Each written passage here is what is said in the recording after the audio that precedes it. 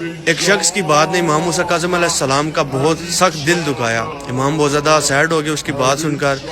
ایک وزیر جو مولا نے ہارون رشید کے دربار میں خود تعینات کیا ہوا تھا، جو کہ مولا کو ساری خبریں دیا کرتا تھا، ایک بار کیا ہوتا ہے کہ اس دربار میں ایک مولا کا چاہنے والا بندہ آتا ہے اپنی مشکل لے کر، لیکن یہ وزیر وہاں پہ بیٹھا ہوتا ہے اور اس کی موجودگی میں وہ وہاں سے سیڈ ہو کر چلا جاتا ہے، مایوس ہو کر چلا جاتا ہے۔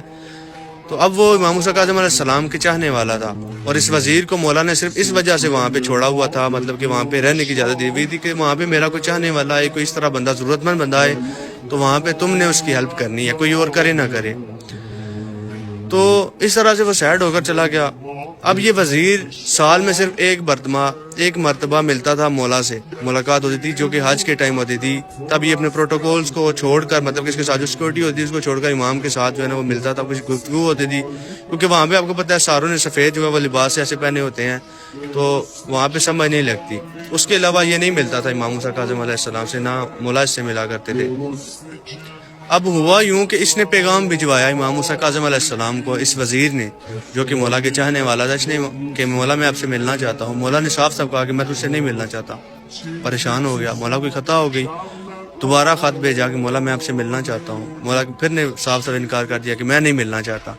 تیسری بار دوبارہ اس نے بھیجا تو مولا کہتے ہیں کہ میں تجھ سے نہیں ملنا چاہتا۔ بڑا پریشان ہوا، دکھی ہو گیا، مولا کیا خطا ہو گئی مجھ سے؟ مولا فرماتے ہیں کہ میرا ایک چاہنے والا دربار میں آیا تھا اپنی مشکل لے کر، وہ ناراض ہو کر چلا گیا ہے، وہ مایوس ہو کر چلا گیا تیری موجودگی میں۔ ایسا کیوں ہوا ہے؟ جب تک وہ راضی نہیں ہوگا، مولا فرماتے ہیں جب تک وہ راضی ہونے گا میں تجھ سے راضی نہیں ہو سکتا۔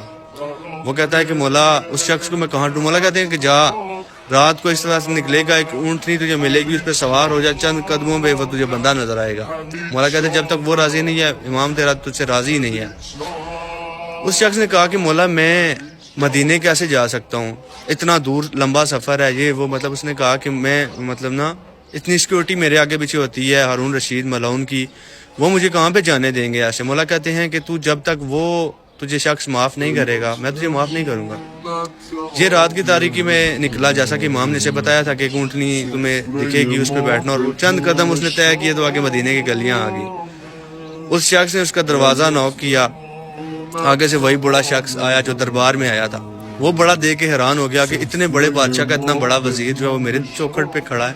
تو اس نے کہا جی بتائیں۔ تو اس نے کہا کہ آپ یہاں، بڑے شخص نے کہا کہ تم یہاں پہ کیوں آئے ہو؟ جی سرکار کیا ہوا ہے، مجھ سے وہ غلطی ہو گئی۔ وہ کہتا ہے کہ چھوڑو، میں یہ وزیر شیر کا سسٹم تم چھوڑو، مجھے تم معاف کر دو۔ ہاں جی کیوں معاف کر دوں؟